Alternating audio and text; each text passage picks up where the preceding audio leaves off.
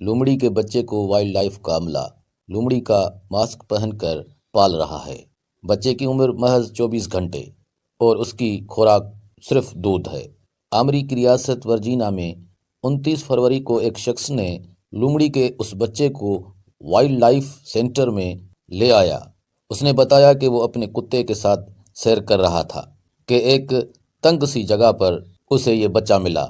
اس کے خیال میں وہ بلی کا بچہ ہے، چنانچہ وہ اسے لاوارث جانوروں کی دیکھ بھال کے مرکز میں چھوڑ گیا، جبکہ دیکھنے پر پتہ چلا کہ وہ بلی کا نہیں بلکہ لومڑی کا بچہ ہے، جو ایک مادہ ہے اور اس کی عمر محض 24 گھنٹے تھی۔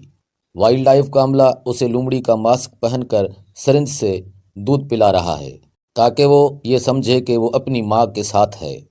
امریکی ریاست ورجینیا کے شہر میں قائم جنگلی حیات کے مرکز کا عملہ سرخ لومڑی کے ایک یتیم بچے کو اس انداز میں دودھ پلا رہا ہے اور اس کی دیکھ بھال کر رہا ہے کہ جیسے وہ جنگل میں ہے اور اپنی ماں کے ساتھ ہے۔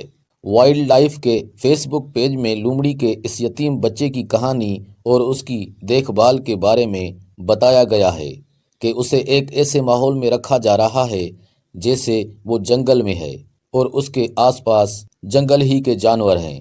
اس لیے بچے کو دودھ پلانے اور دیکھ بھال کرنے والا عملہ جب اس کے پاس آتا ہے تو چہرے پر لومڑی کا ماسک لگا لیتا ہے اور انسانی ہاتھ چھپانے کے لیے ربڑ کے دستانے پہن لیتا ہے۔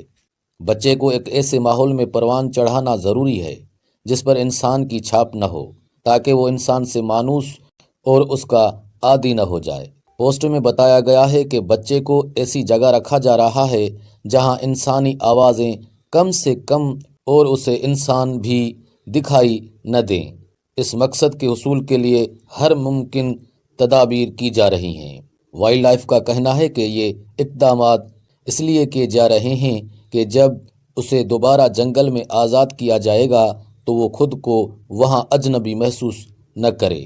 لومڑی کے ننھے بچے کو دودھ پلانے کے لیے وائلڈ لائف کے عملے کی ڈیوٹیاں لگائی گئی ہیں، کیونکہ بچے کو ہر 2 سے 4 گھنٹے کے دوران بھوک لگتی ہے اور اسے دودھ پلانا ہوتا ہے، جس کے لیے عملے کے افراد لومڑی کے چہرے والا ماسک پہن کر اس کے پاس جاتے ہیں۔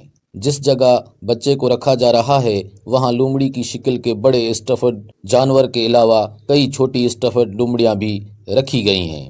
ان سب اقدامات کا مقصد یہ ہے کہ جب بچہ کچھ بڑا ہوگا اور اسے جنگل میں آزاد کیا جائے گا تو نہ صرف یہ کہ اس کے زندہ رہنے کے امکانات بڑھ جائیں گے، بلکہ وہ اپنی نسل کے جانوروں کو پہچان بھی سکے گا اور اپنی نسل کو آگے بڑھا سکے گا۔